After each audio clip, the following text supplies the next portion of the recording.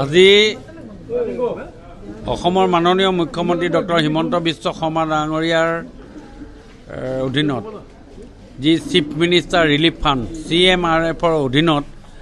আজি প্ৰায় 29 গৰাকী ব্যক্তিক বিভিন্ন ৰোগৰ কাৰণে আজি আমি চেক দিয়াৰ ব্যৱস্থা কৰিছোঁ আৰু ইয়াৰ জৰিয়তে আমি জানুৱাৰী মাহৰ পৰা এতিয়ালৈকে প্ৰায় 350তকৈ অধিক ব্যক্তিক আমি ট্ৰিটমেণ্টৰ কাৰণে মুখ্যমন্ত্ৰী মহোদয়ৰ পৰা যি আঁচনিৰ জৰিয়তে সহায় কৰা হৈছে আৰু আজি মোৰ বাসগৃহত আজি সেই মানুহসকলক আমি আজি চেক বিতৰণৰ ব্যৱস্থা কৰিলোঁ। মই সকলোকে ধন্যবাদ জনাইছোঁ, বিশেষকৈ মাননীয় মুখ্যমন্ত্ৰী মহোদয়ক, যি মাননীয় মুখ্যমন্ত্ৰী মহোদয়ৰ জৰিয়তে প্ৰত্যেকটো সমষ্টিতে তেখেতে এই অনুদানটো আগবঢ়াইছে আৰু অসমৰ বিভিন্ন প্ৰান্তত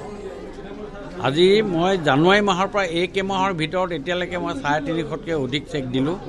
মই পুনৰ সকলোকে কৈছোঁ, যিসকল মানুহৰ দুৰাৰোগ্য হৈছে তেখেতসকলক আমি ইয়াৰ দ্বাৰা চেক দিয়াৰ ব্যৱস্থা কৰিছোঁ।